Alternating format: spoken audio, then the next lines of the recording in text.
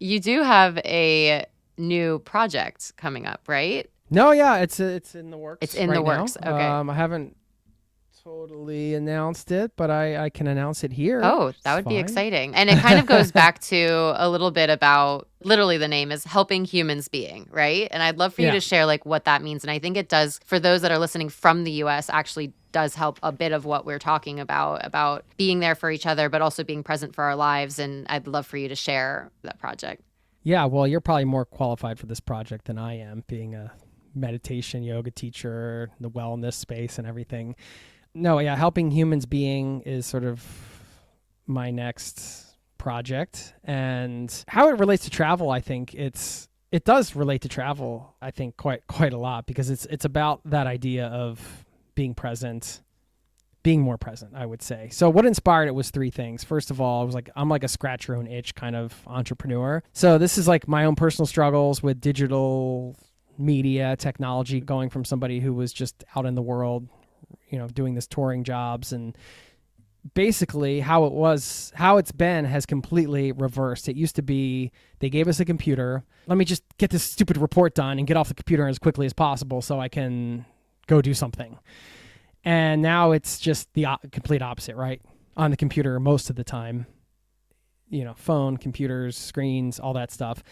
And that's just, for better or worse. I mean, that has allowed me the flexibility to move to Norway with a business built in and travel around. And I'm sure a lot of people listening have either running location independent businesses or maybe thinking about it or aspiring to it. But that comes with its own set of challenges, right?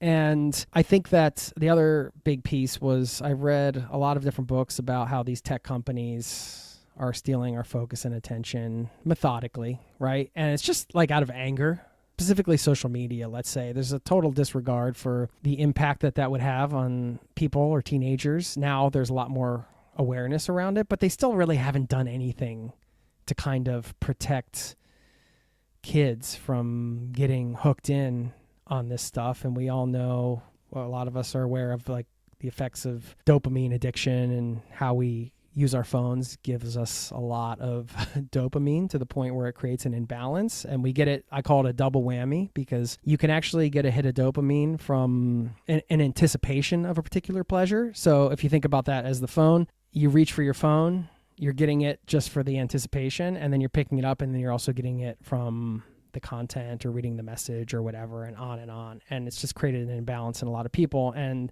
it kind of pisses me off that these tech companies are this way. And I want to help people be more present, be more connected to themselves, to the world, to other people. And that's the intention behind the project, is to help people connect with themselves, the world, and each other, and center.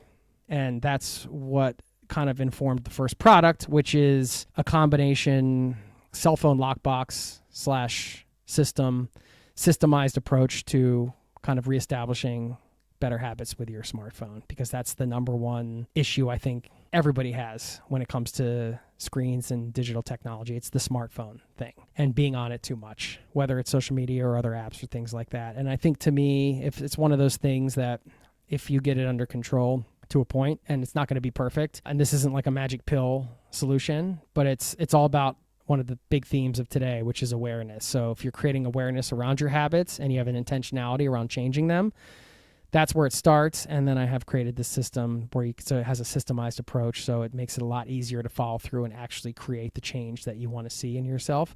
And this is one of those things I call a domino decision, where if you can, it's like exercising in the morning. Like, let's say you exercise in the morning, generally speaking, like it knocks down a bunch of other dominoes. Like maybe you're more productive at work because you're more focused, you have more energy, you feel better, all these things.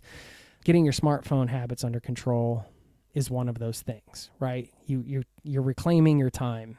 You're able to do more of what you love. You'll be able to be more present. You're able to focus more. You can actually decrease your anxiety. It's just like the list of benefits goes on and on and on just by doing this one thing. And so that's the problem that we're solving.